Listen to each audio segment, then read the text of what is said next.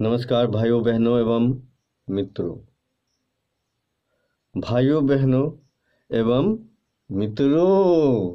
मित्रों फिर से आपको एक बार भाइयों बहनों एवं मित्रों। हम लोग धर्म के पुजारी हैं तो 3 बार नाम ले लेने से कुछ अच्छा व्यक्त कर पाएंगे आप लोगों के बीच में।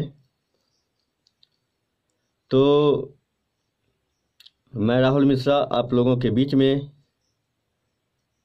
कुछ बातें रखना चाहता हूँ जो बहुत पुरानी बातें हैं, लेकिन स्थिति वही, इसलिए ये बात मुझे रखना पड़ रहा है।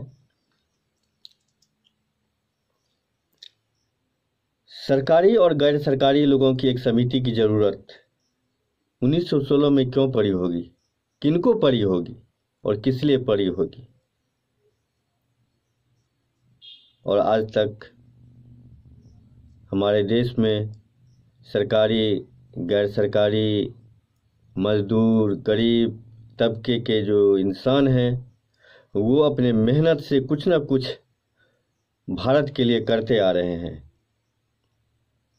लेकिन जिस समय देश गुलाम था अंग्रेज़ों के गोरों के, उस समय देश की स्थिति ऐसी नहीं थी, काफ़ी ख़राब थी, जिसे हमारे समाज के हमारे देश के महान दिग्गजों ने अपने कर्मों से संवारा, अपने मेहनत से संवारा, अपने संस्कारों से संवारा, अपने बुद्धिमानी से संवारा।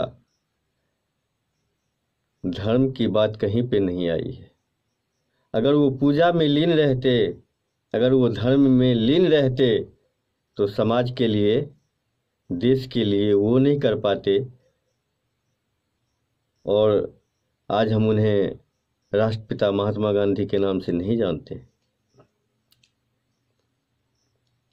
सन 1916 में जब उनको लगा जो नहीं, सरकारी तो ऑलरेडी काम कर ही रही हैं, लेकिन कुछ ऐसे गैर सरकारी संस्थानों की एक समिति बने जिसमें बुद्धिमान लोग हों, और हम जो करना चाहते हैं देश के लिए, हम जो देना चाहते हैं देश के लिए, उसमें उस चीज़ को अच्छे से मंथन करने के बाद उस विषयों पे काम करें, काम करने की ज़रूरत है। और 1916 में सबों का उद्देश्य होगा जो अंग्रेज़ों से भारत की मुक्ति, अंग्रेज़ों से भारत की मुक्ति। कारण बहुत भी हो सकते हैं, हमारी लिखी चीज़ों को अंग्रेज़ों द्वारा पलट ना जाए, उसे फेरबदल ना कर दिया जाए। तो समिति के सामने जो बात होती होगी, उसकी जो प्रस्ताव होते होंगे, वो सब कमेटी के पास होते हों या रखे जाते हों, ताकि ज़रूरत पड़ने पे उन्हें निकाला जा सके, देखा जा सके एक सबूत के तौर पे। क्योंकि सरकारी और गैर सरकारी समिति मिलकर लोगों को जागरूक करेंगे, हमें अपने हक अधिकार के लिए प्रेरित करेंगे। मकसद एक ही है यहाँ पे, अंग्रेज़ों से भारत की मुक्ति। भाइयों बहनों मित्रों, उस समय की बात है, ये उस समय की बात है और ये उनकी बात है, महात्मा गांधी जी की। मुझे हंसी आ जाती है, वो कहा गया है जो किसी भी मुसीबत में रहे, कैसे भी रहें, लेकिन हंसते रहें। तो ये जो सूत्र है मुझे बहुत अच्छा लगता है और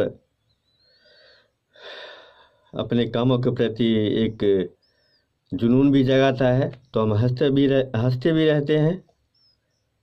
तो उस समय एक ही मकसद थी, अंग्रेज़ों से गोरों से भारत की मुक्ति।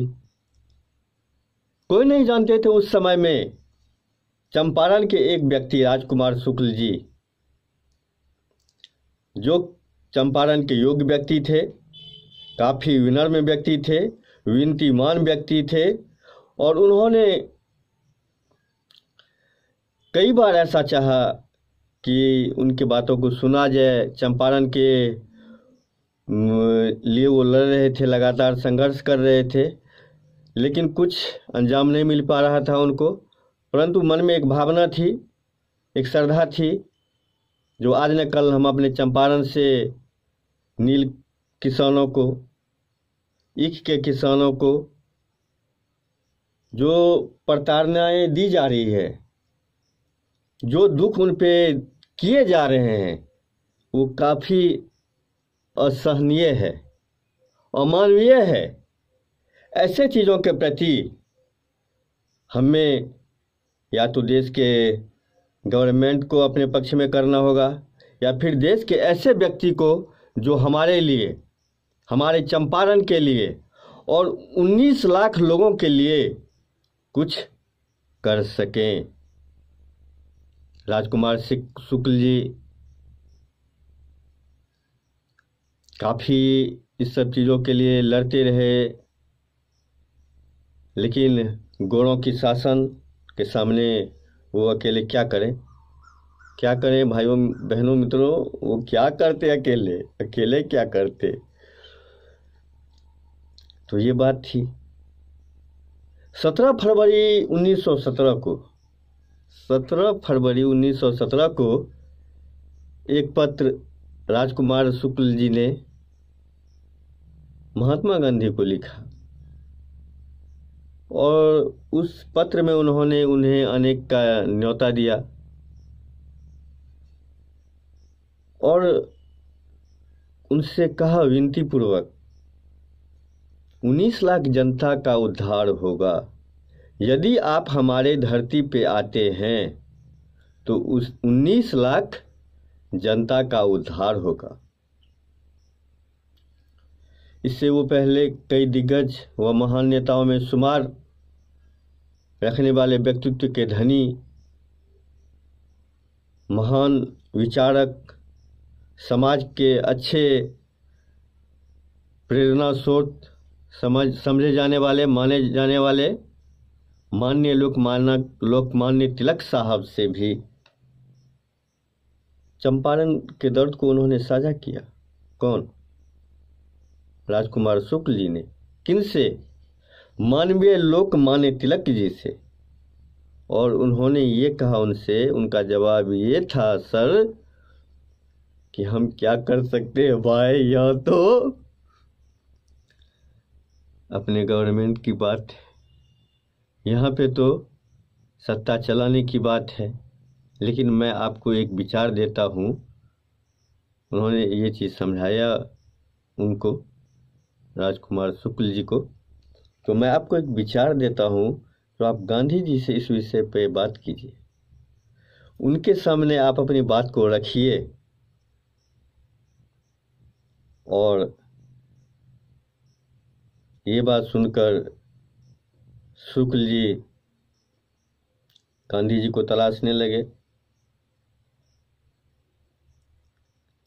उसके बाद जो भी समझिए, संयोग समझिए या एक घटनाक्रम समझिए, जहाँ भी गांधी जी का मीटिंग होता था, कोलकाता में, लखनऊ में या नई दिल्ली में, तो राम प्रकाश शुक्ल जी वहाँ पे मौजूद रहते थे। गांधी जी उनके पत्र को भी पढ़ा था। गांधी जी उनके पत्र को पढ़ने के बाद कुछ फैसले भी लिए होंगे अपने मन में, और ऊपर से चंपारण के जो जनता थे, जिनके बीच में त्राहिमाम जैसी स्थिति थी, उनके लिए गांधी जी से बात हो, ऐसा भी दिन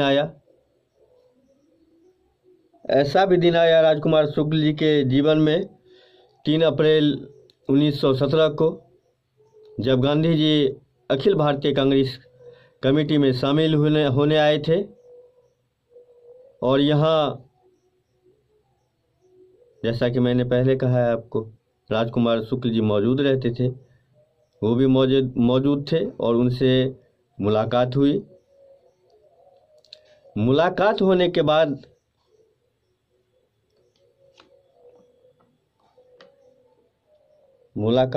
बाद उस सभा में राजेंद्र बाबू जी भी गए हुए थे,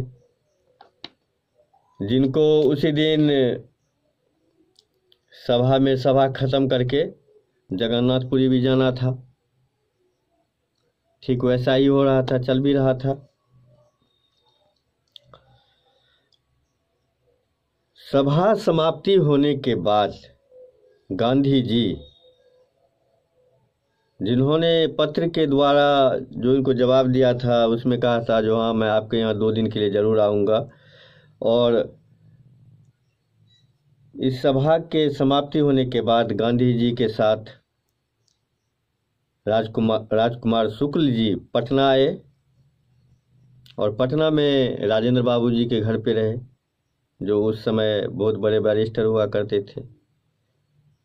साहब तो वहीं से कलकत्ता से ही निकल गए थे जगन्नाथपुरी और आ गए थे जगन्नाथपुरी, और उसी दिन राजकुमार शुक्ल जी भी कोलकाता से राष्ट्रपिता महात्मा गांधी जी को पटना लेकर आ गए,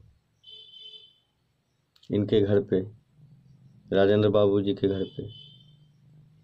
उनका एक नौकर था, और उस समय समझिए गांधी जी को इतना सहना पड़ा, इतना दुख सहना पड़ा भाइयों बहनों मित्रों, उनको इतना दुख सहना पड़ा। राजेंद्र बाबू के जो नौकर थे वो उनको पैखाना नहीं जाने देते थे, जो नहीं हम नहीं जाने देंगे, ताला लगा रहता था, कैसे जाएंगे वो। खाना खाने के लिए कभी पूछा भी नहीं जाता था उनसे। तो गांधी जी चना ये सब रखे हुए थे, वही खा रहते थे। फिर उनको लगा तो नहीं, ऐसा कब तक करेंगे, कैसे चलेगा। फिर उन्होंने अपने ऊपर दिल्ली में फिर इकरार किया जो ये स्थिति है और ऐसे स्थिति में तो रहना मुश्किल है। फिर उसके बाद ऐसा स्थिति हुआ तो गांधी जी वहाँ से दूसरे जगह चले आए, मुजफ्फरपुर चले आए। खैर ये सब बातें तो होती रहेंगी, लेकिन उस समय का जो उद्देश्य था, बस ये उद्देश्य था, जो किसानों के ऊपर जो अत्याचार हो रहे थे, किस चीज़ के लिए, नील खेती के लिए और ईख की खेती के लिए, वो काफ़ी भयानक था, काफ़ी भयावह था। और ऐसे स्थिति में अकेले लड़ना असंभव था। गैर सरकारी समिति, बुद्धिजीवी लोग और दबे कुचले इंसान सब एक साथ थे और इस तरह से आज़ादी के लिए लड़ाई शुरू हुई यहाँ पे चंपारण में। और उस वक्त एक माहौल तैयार हो रहा था सत्याग्रह का, चंपारण सत्याग्रह, जिसमें समुदाय के क्षेत्र के हर लोगों का साथ रहा है। तब जाके वो चंपारण सत्याग्रह, बापूजी का पहला सत्याग्रह, साउथ अफ्रीका के बाद भारत में, जो काफ़ी सफल रहा और देश को एक दिशा मिली दोस्तों। और गांधी जी बिहार में लगातार रहे, तब तक रहे जब तक गोरे लोग यहाँ से गए नहीं। उनका जो एक साम्राज्य था वो ख़त्म नहीं हुआ। गैर सरकारी संगठन 1968 से वही संगठन है जो गांधी जी बनाए थे, और वो संगठन 1968 से स्वयं सहायता समूह पे काम कर रही है। अभी चल रहा है 2021। 1968 से बहुत ऐसे संस्थाएं थी भारत में जो स्वयं सहायता समूह पे काम कर रही थी। एक संस्था हमारी है महिला विकास आश्रम, वो भी काम कर रही थी। हम लोगों ने समूह के माध्यम से शिक्षा पे, रोजगार पे, अच्छे भविष्य पे, रहने सहने के ढंग पे, जीवन के तौर तरीके पे, जीने की दिशा पे स्किल मुहैया करवाई। खुद भी जाके करते थे उनके साथ प्रैक्टिस, और वो लोग काफ़ी आगे भी बढ़े।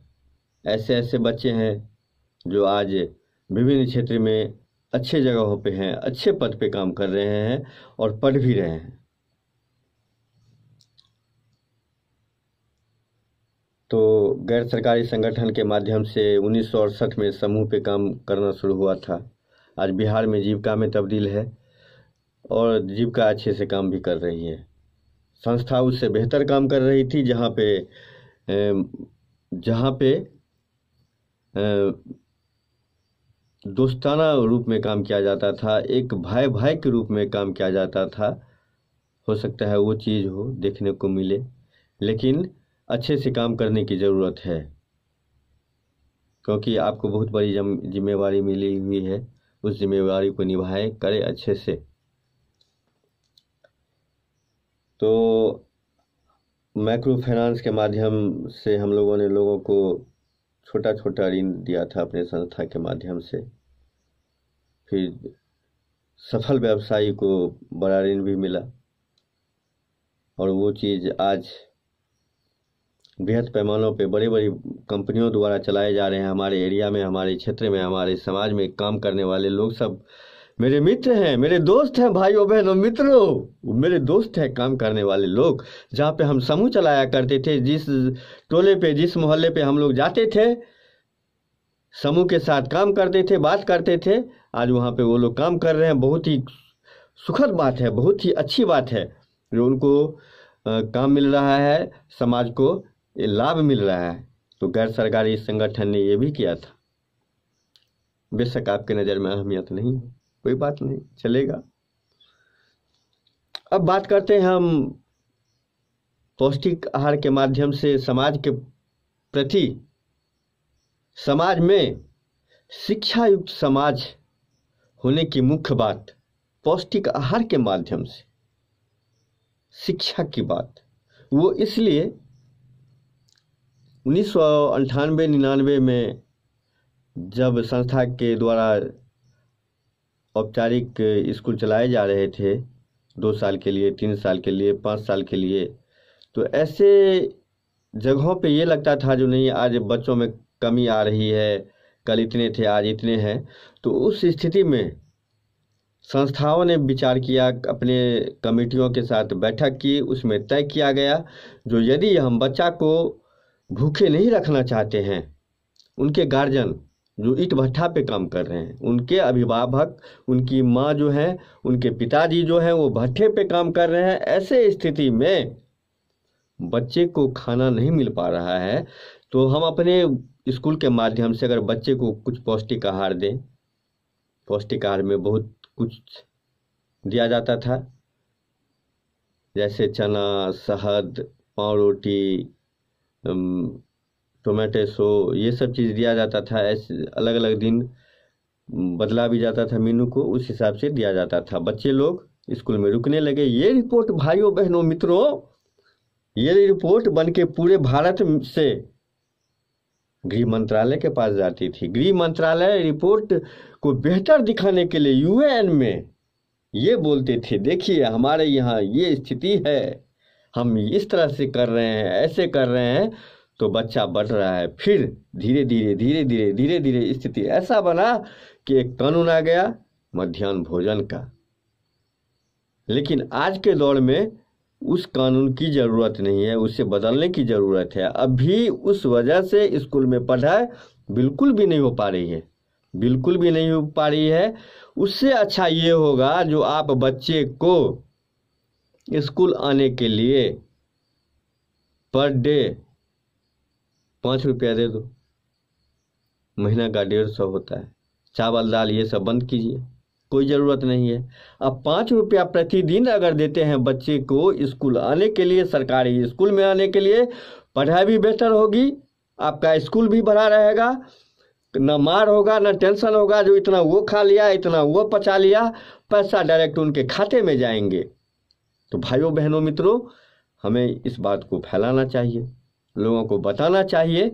जो हमें अपने विद्यार्थियों के लिए चावल गेहूं दाल खिचड़ी खाना, भात दाल तरकारी बैगन पड़ुआ तापड़ ये सब नहीं चाहिए। हमें क्या चाहिए? हमें ये चाहिए 5 रुपया पर डे आप दे दीजिए प्रतिदिन। अगर आप हक देना चाहते हैं, नहीं तो वो भी बंद कर दीजिए, वो हमारा अधिकार भी नहीं है। अब देश सजग भी हो गए हैं, लेकिन अभी का जो स्थिति है उस स्थिति में आप जो भी दे रहे हैं वो उनके परिवार के लिए, उनके लिए एक भलाई की बात है, लेकिन उसे बदला जा सकता है। अगर आप शिक्षा चाहते हैं, शिक्षा में अगर सक्षमता चाहते हैं, शिक्षा में सक्षमता चाहते हैं और आप चाहते हैं जो लोगों को एक बेहतर क्वालिटी मिले, तो उसके लिए आपको अब वो चीज़ बदलना होगा। संस्था का दिन था, मतलब गैर सरकारी संगठन।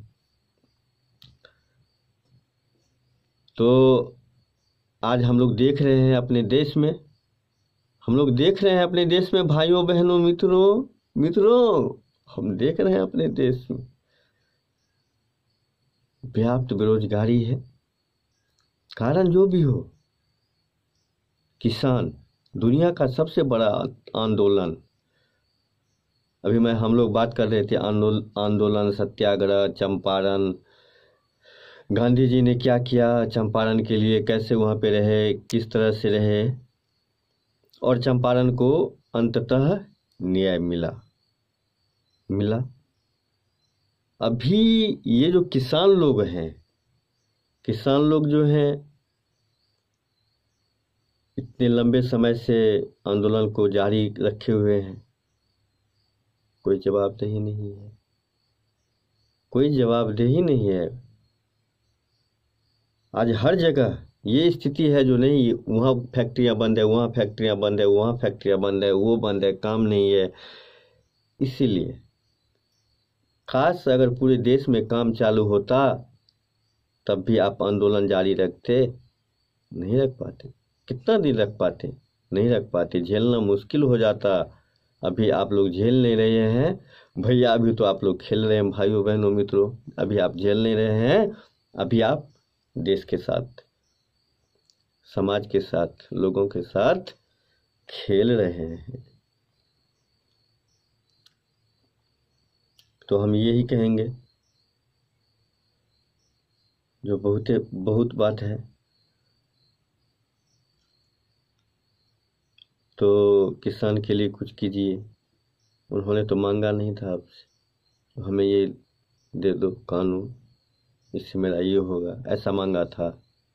नहीं मांगा था। आप याद कीजिए वो दिन 2005 के आसपास का, बहुत सारे कानून आए जिसके जरूरत थी समाज को, उसे मांगा गया। चाहे वो हस्ताक्षर अभियान के माध्यम से हो,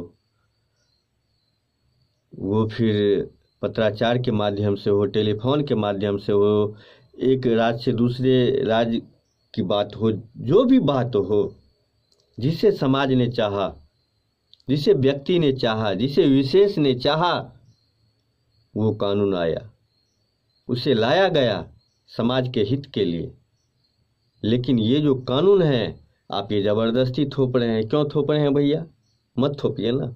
लोग क्या समझेगा? लोग यही समझेगा जो पूरे भारत में होने वाले इतने लाख टन करोड़ अनाज, इतने लाख टन करोड़ अनाज में अगर पर केजी 25 रुपये ही बचा लिया जाए, एक बड़ा कमेटी, एक तानाशाह वाला कमेटी बना के एक ऐसा कमेटी बना लिया जाए जो उस पैसे का लेन देन करे, रेख देख करे, तो इतना पैसा तो जरूर आ जाएगा खाली उस किसान से।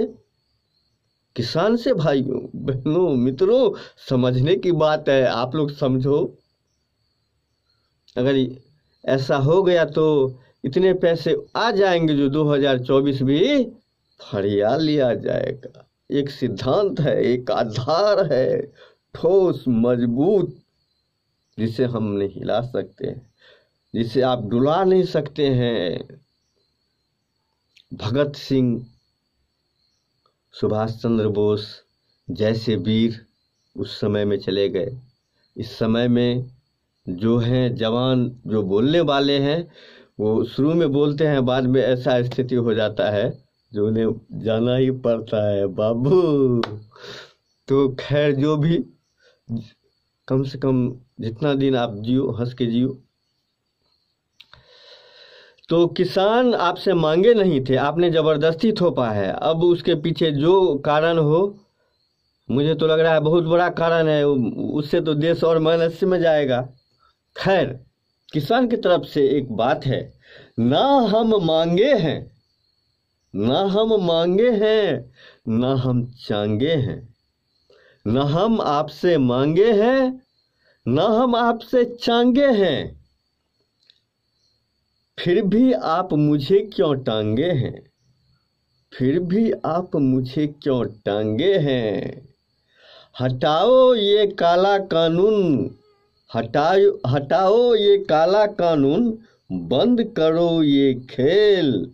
हम आपसे सहमत नहीं, ना ही कानून मांगे हैं, ना हम मांगे हैं, ना हम चांगे हैं, फिर भी आप क्यों मुझे टांगे हैं। तो साहब, मत टांगिए किसानों को, मत बदनाम कीजिए। उनसे मेरा देश है, उनसे समाज है, हर एक बच्चा उनसे जुड़ा हुआ है, उनके परिवार से जुड़ा हुआ है। तो आप ज़बरदस्ती मत थोपिए उन पे, आप उनसे पूछ लीजिए उनको क्या चाहिए, नहीं चाहिए, क्यों वो रोड पे बैठे हुए हैं, क्यों वो इधर से इधर हो रहे हैं, क्यों इतने लोग मारे जा रहे हैं साहब। तो एक जो है अपना भगत शर्मा उर्फ भजत शर्मा, जिनका टाइटल हो गया है अभी रजत शर्मा, पहले वो नाम था लेकिन अब वो टाइटल हो गया है।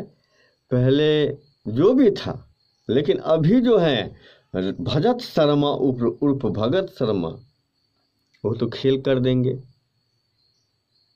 वो तो कुछ भी कर देते हैं।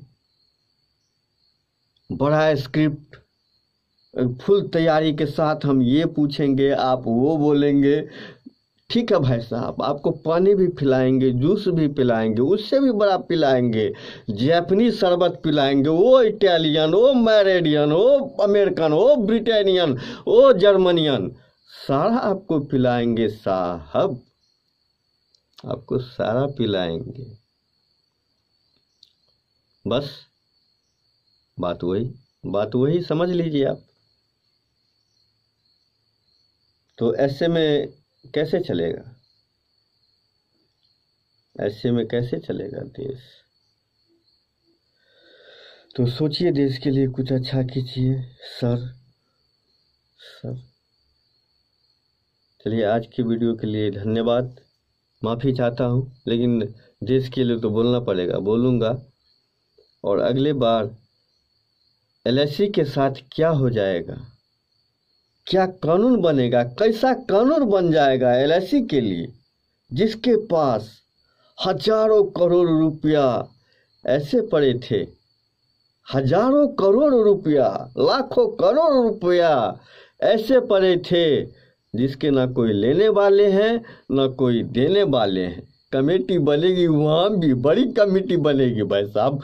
तो आप लोग देखते रहिए, हमारे साथ रहिए, वीडियो को ज़्यादा से ज़्यादा शेयर कीजिए। और लालू जी और माननीय नीतीश जी, आप एक हो जाइए ना साहब, आप एक हो जाइए। हम लोग छोटे पार्टी के लोग हैं, छोटा ही काम करेंगे, लेकिन ऐसा कर देंगे, ऐसा कर देंगे। आप अपने बिहार के मुख्यमंत्री हैं, आप तो अपने दिमाग से इतना पैसा ला सकते हैं विश्व में कहीं से भी, जो यूपी एमपी सोच नहीं सकता है। आप लोग तो उस जगह बैठे हुए हैं। आप ऐसा कर दीजिए, ऐसा कर दीजिए जो पूरे बिहार की बेरोजगारी साल 2 साल में ख़त्म हो जाए। इसी शुभकामनाओं के संग मैं राहुल मिश्रा विदा लेता हूँ। जय मिथिला, जय मैथिली। तो Shri Jyoti films and music जेकर दोसर चैनल अछि, SF Shri Jyoti comedy, SF Shri Jyoti comedy. तो एहि पर ई वीडियो अछि, एकरा बेसी से बेसी शेयर करी। एहि शुभकामना के संग, एहि अपेक्षा के संग अहाँ सबसे विदा लै छी। जय मिथिला, जय मैथिली।